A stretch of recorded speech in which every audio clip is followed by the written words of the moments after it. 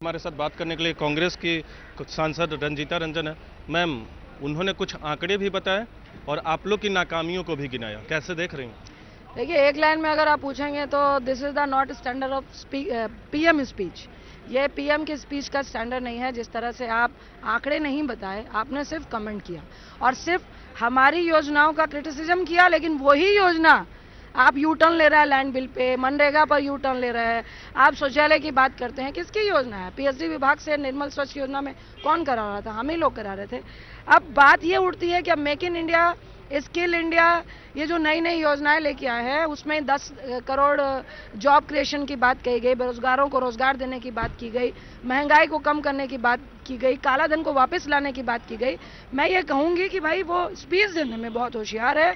और यहाँ पर भी जब जो राष्ट्रपति अभिभाषण होता है, एक तरह से रूलिंग पार्टी का रिपोर्ट कार्ड होता है। मनरेगा को वो आज भी सफलता का स्मारक मानने को तैयार नहीं। देखिए, अब ये जो मनरेगा को इस बार उन्होंने 38,500 रुपए दिए और पूरे देश को जब मालूम पड़ा कि भाई इन्होंने लौट के, मैं नहीं कहूंगी कि जो सुबह का भूला शाम में घर वापस आता है, अब कुछ क्रिटिसिज्म के लिए तो उनको चाहिए था। अब ये क्या कि वो अपनी फ्रस्ट्रेशन को छुपाना चाह रहे हैं कि भाई आपके वक्त करप्शन था, मेरे वक्त करप्शन नहीं है। तो मैं उनसे ये प्रश्न करूंगी, तो व्यापम घोटाला क्या है? क्या पीडीएस सिस्टम के बारे में आपने कुछ नहीं बोला?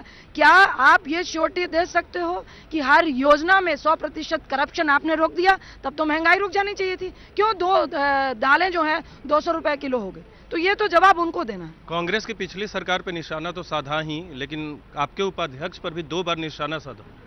देखिए, कौन सी नई बात है? ये हमेशा हमारे उपाध्यक्ष पर ही निशाना साधते हैं। और अगर आप स्पीच आप पूरी देखोगे तो 80% वो कमेंट राहुल जी पे ही कह रहे थे। तो मैं इस बात को जरूर मीडिया के माध्यम से बोलना चाहूंगी कि एक्चुअली में वो अगर किसी से डरते हैं तो वो हमारे उपाध्यक्ष से ही डरते हैं।